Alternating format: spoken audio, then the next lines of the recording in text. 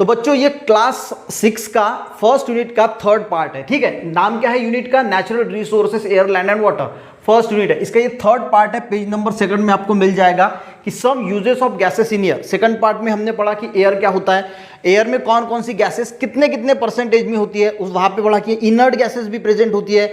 Inert gases कौन सी? Argon, helium, neon, krypton, xenon, ये कितने परसेंटेज में प्रेजेंट होती है। इनर्ट गैसेस को हम नोबल गैसेस बोलते हैं। नोबल गैसेस यानी ऐसी गैसेस जो किसी के साथ रिएक्ट नहीं होती, किसी के साथ रिएक्शन में भाग नहीं लेती। तो ये सारा हमने सेकंड पार्ट में जो है वो डिस्कस किया।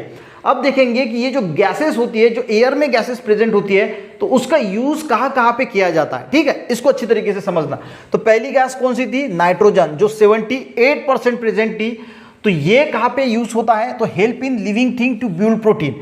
अब देखिए नाइट्रोजन हम तो लेते नहीं, ऐसा तो कि है नहीं कि सांस से ले रहे हैं, ऐसा यूज में नहीं आता। तो इसको अच्छी तरीके से आपको समझना होगा कि ये जो नाइट्रोजन गैस है ये हमें हमारे बॉडी में प्रोटीन बनाने के लिए कैसे यूज होती है। एक्चुअल में क्या होता है, जो प्लांट होते हैं, एनिमल्स होते हैं, जो फ्रूट्स हम खाते हैं, जो फल हम खाते हैं, तो उसमें नाइट्रोजन होता है।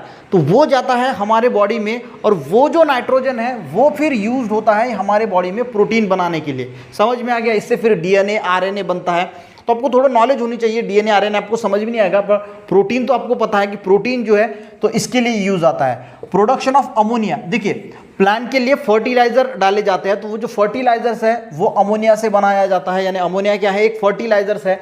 तो इसके प्रोडक्शन के लिए भी नाइट्रोजन गैस का यूज किया जाता है। जो एयर टाइट पैकेजिंग होती है, जो फूड होते हैं, फूड स्टफ की पैकेजिंग की जाती है, तो वो खराब ना हो, इसके लिए नाइट्रोजन गैस का यूज किया जाता है। नाइट्रोजन गैस, देखिए जो टायर्स है, अभी नाइट्रोजन गैस उसमें जो है वो फिल होना चालू हो गया है। तो इतने सारे और भी है, पर आपके हिसाब से इतने आपको पता ही होना चाहिए कि नाइट्रोजन का क्या यूज होता है, कि प्रोटीन का बिल्डअप है, अमोनिया का प्रोडक्शन है, एयर टाइट पैकेजिंग है। नाइट्रोजन गैस हम एयर जो टायर्स में भरते हैं उसके लिए यूज किया जाता है। उसके बाद ऑक्सीजन, तो हमें पता ही ऑक्सीजन गैस का क्या यूज होता है।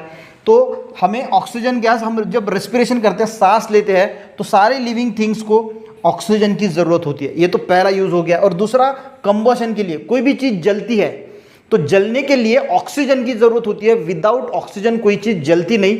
तो कंबशन के लिए और रेस्पिरेशन के लिए ऑक्सीजन गैस का यूज होता है। अब कार्बन डाइऑक्साइड क्या है? तो प्लांट जो अपना फूड बनाते हैं तो उसके लिए उनको किसकी जरूरत होती है? तो कार्बन डाइऑक्साइड की जरूरत होती है। और जो फायर एक्सटिंग्विशर होते हैं, जो आग बुझाने के लिए यूज किए जाते हैं, उसमें भी कौन सी गैस होती है? तो कार्बन डाइऑक्साइड गैस होती है। अब आर्गन, ये एक नोबल गैसेस है, इनर्ट गैसेस है, यानी ये किसी के साथ रिएक्ट नहीं होता। ये कहाँ पे यूज किया जाता है? तो यूज्ड इन इलेक्ट्रिक बल्ब। आपने देखा होगा जो 100 के बल्ब थे, 60 के बल्ब आते थे पहले, ठीक है, वो यूज किए जाते थे। उसका जो फिलामेंट होता था वो टंगस्टन का यूज किया जाता था, और उसके अंदर जो गैस भरी होती थी ना, वो ऑर्गन गैस की होती थी। तो इलेक्ट्रिक बल्ब का यूज जहाँ पे होता है तो उसके अंदर जो गैस होती है वो ऑर्गन की होती है। वो क्यों यूज की जाती है? क्योंकि वो टंगस्टन के साथ रिएक्ट नहीं होती, पहली बात। दूसरी की वो करोजन से रोक देती है इस टंगस्टन को, और ये बर्निंग को रोक देती है, उसको बर्न नहीं होने देती। तो ऑर्गन का यूज समझ में आ गया।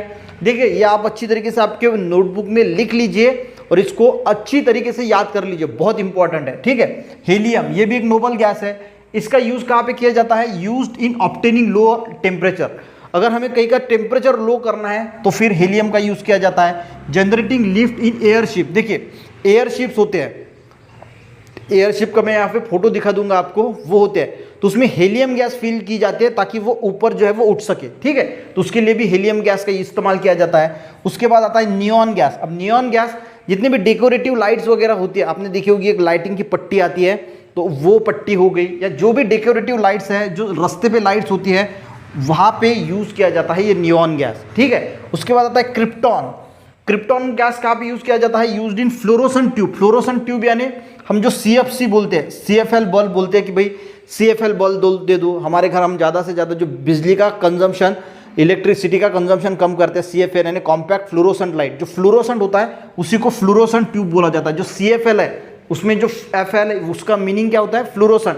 तो ये जो CFL बल्ब है वहाँ पे क्रिप्टॉन गैस का यूज़ किया जाता है। और जेनॉन गैस का भी यूज़ किया जाती है, यूज इन फ्लैश फोटोग्राफी। जो फोटोग्राफी की जाती है उसमें फ्लैश गिरता है, तो उसके लिए जो है वो जेनॉन गैस का जो है वो इस्तेमाल किया जाता है। तो ये वीडियो बहुत इंपॉर्टेंट है, आप कहीं पे लिख कर रख लीजिए कि ये सारे गैसेस कहाँ कहाँ पे यूज़ किए जाते हैं, आपको फ्यूचर में भी बहुत काम में आने वाली चीज़ है। ठीक है, तो यहाँ पे थर्ड पार्ट जो है वो हमारा कंप्लीट हो गया। इसमें हमने देखा कि some uses of gases in air, जो एयर में जो गैसेस मिलती है उसका क्या क्या यूज़ है, इसको आप जो है वो अच्छी तरीके से पढ़ लीजिए, बुक में भी पढ़ लीजिए, वीडियो देखने के बाद और एक बार पढ़ लीजिए, इसको याद कर लीजिए और इसकी ये जो पॉइंट्स मैंने निकाले इस तरह अगर आप लिखते हैं तो आपको अच्छी तरीके से जो है वो समझ में भी आएगा और लाइफ टाइम याद भी रखेगा।